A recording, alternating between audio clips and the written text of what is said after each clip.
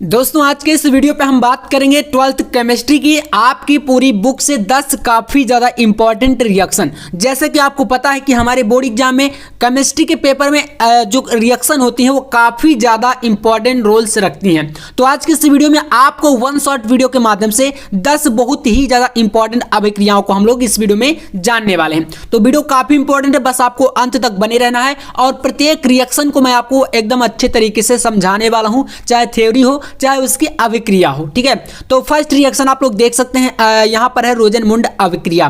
तो काफी इंपॉर्टेंट है, चलिए इसको जानते हैं क्या होती है, रिएक्शन कैसे कराएंगे, हर चीजें आपके सामने मैं अच्छे तरीके से यहां पर रखने वाला हूं।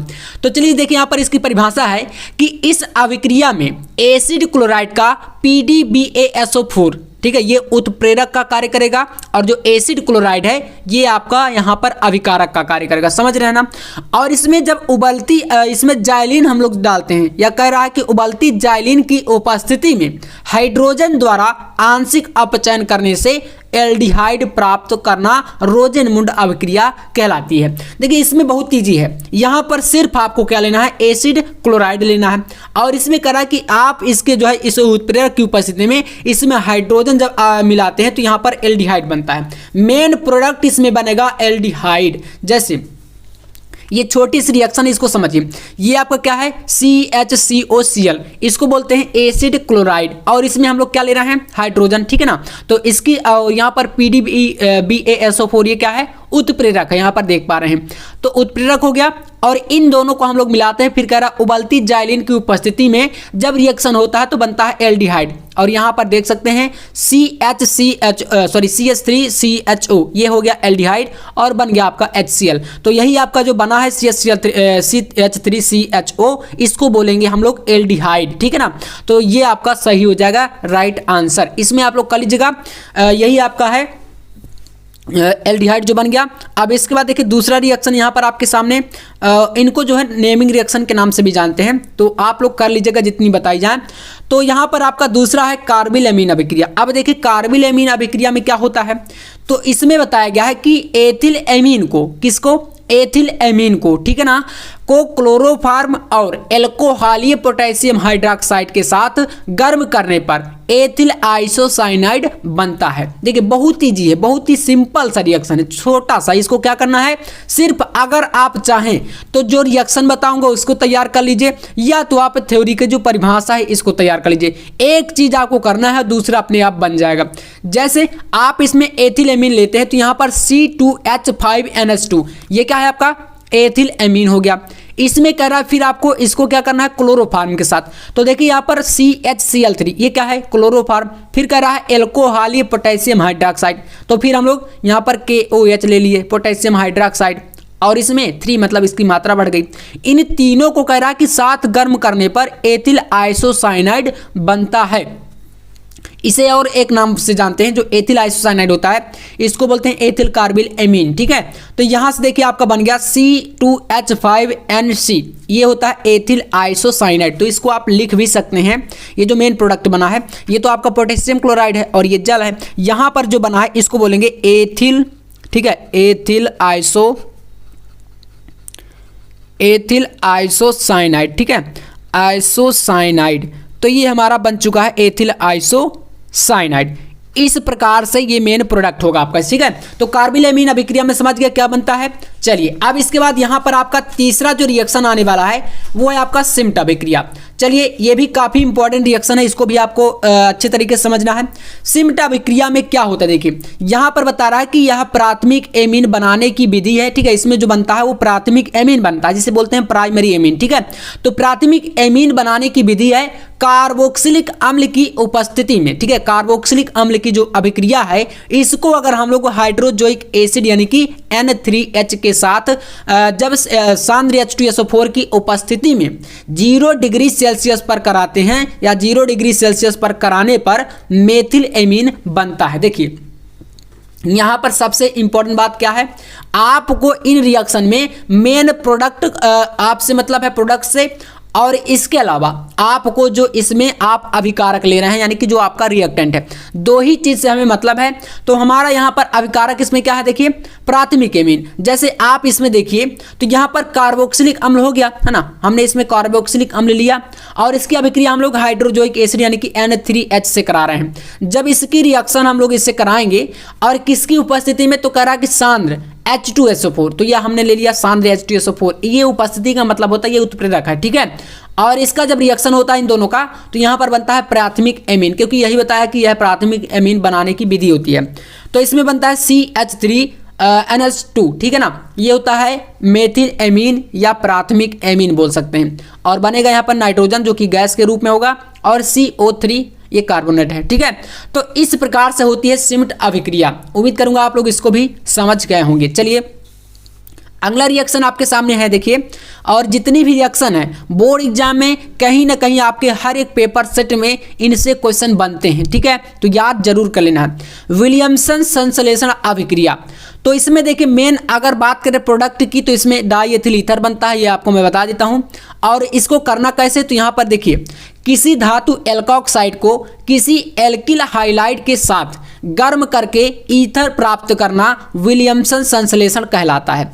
काफी इंपॉर्टेंट है, आपको इसको याद रखना है। किसी धातु एल्कोक्साइड को किसी एल्किल हाइलाइड के साथ गर्म करके ईथर प्राप्त करना विलियमसन संश्लेषण कहलाता है। जैसे यहां पर आपके सामने है C2H5ONA, इसे बोलते हैं एल्कोक्साइड, ठीक है, ये हो गया आपका यहां पर इस प्रकार से। और इसमें आपको एल्किल हाइलाइड के तौर पर जैसे यहाँ पर C2H5I, मतलब कि ये हाइलाइट ग्रुप है, ठीक है ना, आई, जैसे क्लोरीन, फ्लोरीन, ब्रोमीन, आयोडीन, ये सभी क्या हैं आपके हैलोजन परिवार के एलिमेंट होते हैं।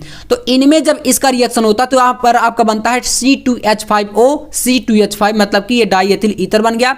और यहाँ पर NaI यानी कि सोडियम आयोडाइड आपका अलग हो गया।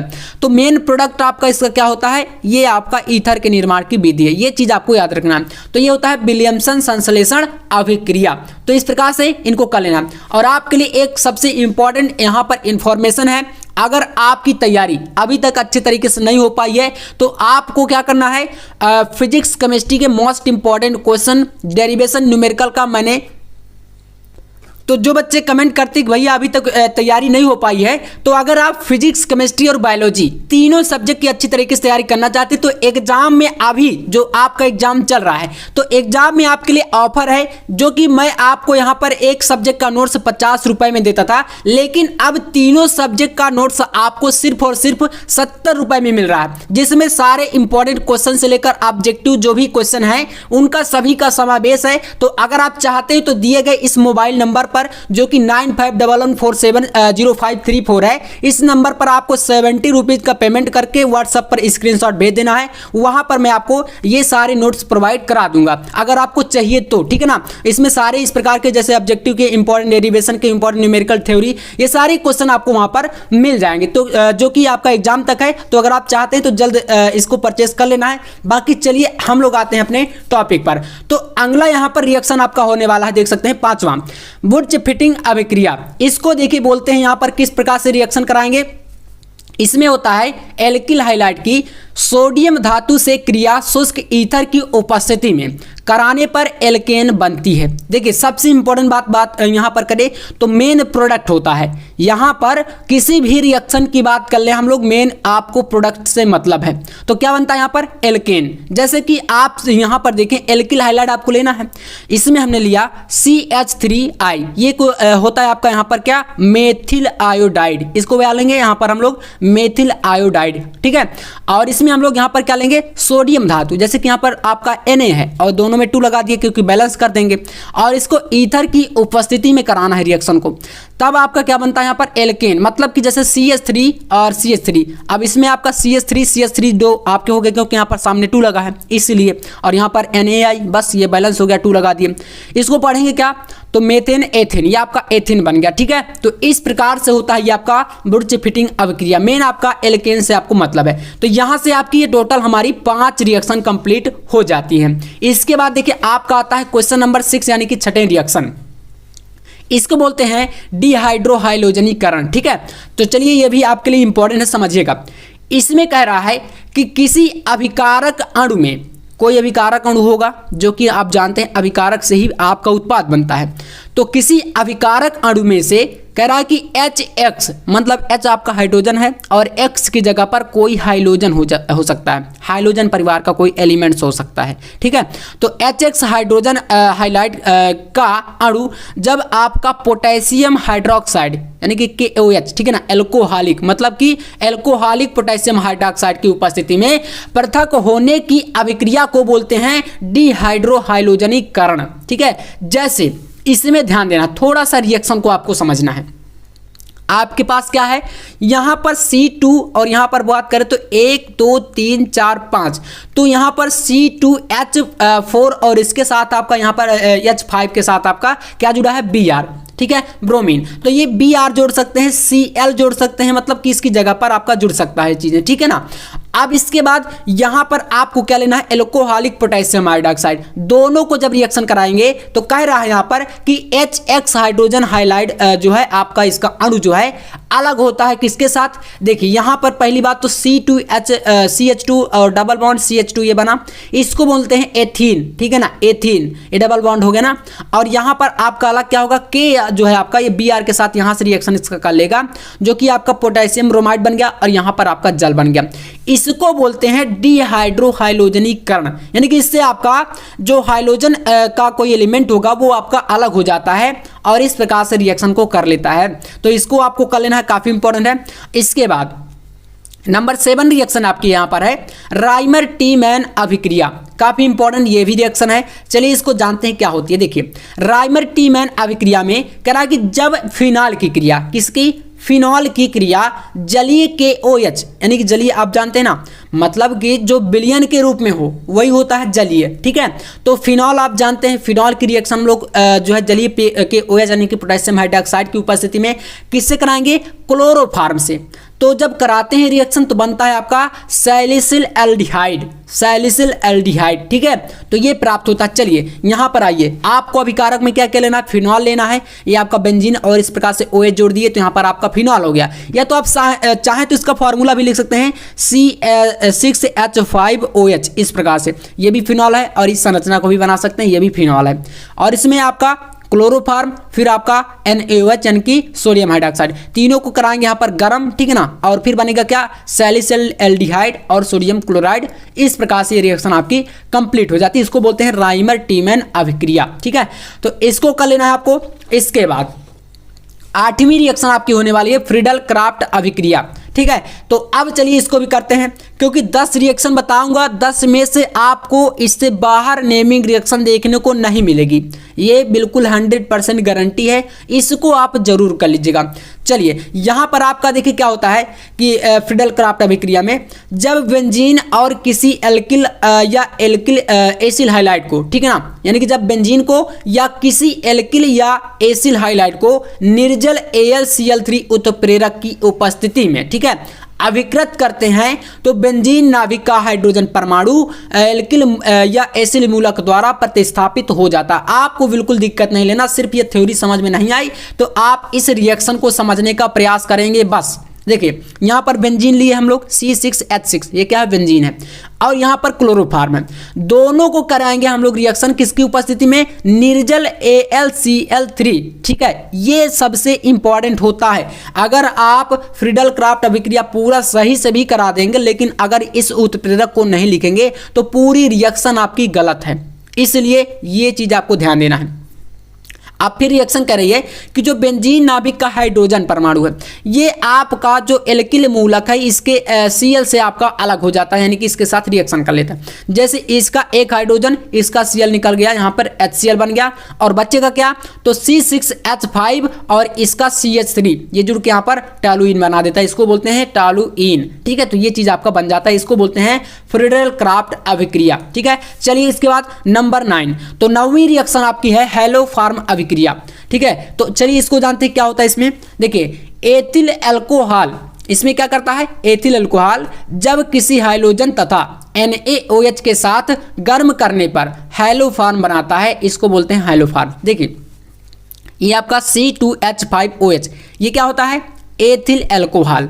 इसमें आपको लेना है NaOH और फिर क्या कर रहा है, इसको आप लोग किसी हाइड्रोजन मतलब कि जैसे क्लोरीन ले लिए हम लोग, ठीक है, इसके साथ तीनों को यहाँ पर करेंगे गर्म, ठीक है। और ये जो 4-3 जो भी लिखा है इसको सिर्फ हम लोग रिएक्शन को बैलेंस करने के लिए लिख रहे हैं, ये चीज़ आपको याद कर लेना है, अच्छे तरीके से समझ लेना, ठीक है। इनको कराएंगे जब रिएक्शन तो क्या बनता है, सबसे पहले क्लोरोफार्म बनता है, यानी कि हेलोफार्म का मतलब है क्लोरोफार्म। तो यहाँ पर बनता है CHCl3 और फिर आपका NaCl है ना, और 3 इसलिए लगा क्योंकि यहाँ पर 3 है, ठीक है, और 3 × 2 यानी कि 6Cl बना, जबकि हमने 3Cl ले लिया तो 3 और बचा, तो 3 आपका यहाँ पर जुड़ गया, तो ये Cl का आपका बैलेंस हो गया।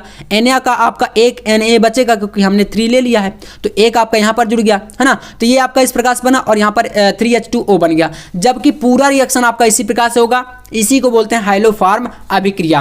तो यहाँ से टोटल हमारी कितनी हो गई, पूरी की पूरी 9 रिएक्शन, ठीक है। और इसके बाद आपकी आती है 10वीं रिएक्शन, देखिए वुड्स फिटिंग अभिक्रिया। एक होती है आपकी वुड्स अभिक्रिया और दूसरी होती है वुड्स फिटिंग अभिक्रिया। तो चलिए लास्ट रिएक्शन है, इसको हम लोग कर लेते हैं और 10 ही आपको सिर्फ और सिर्फ करना है, ठीक है।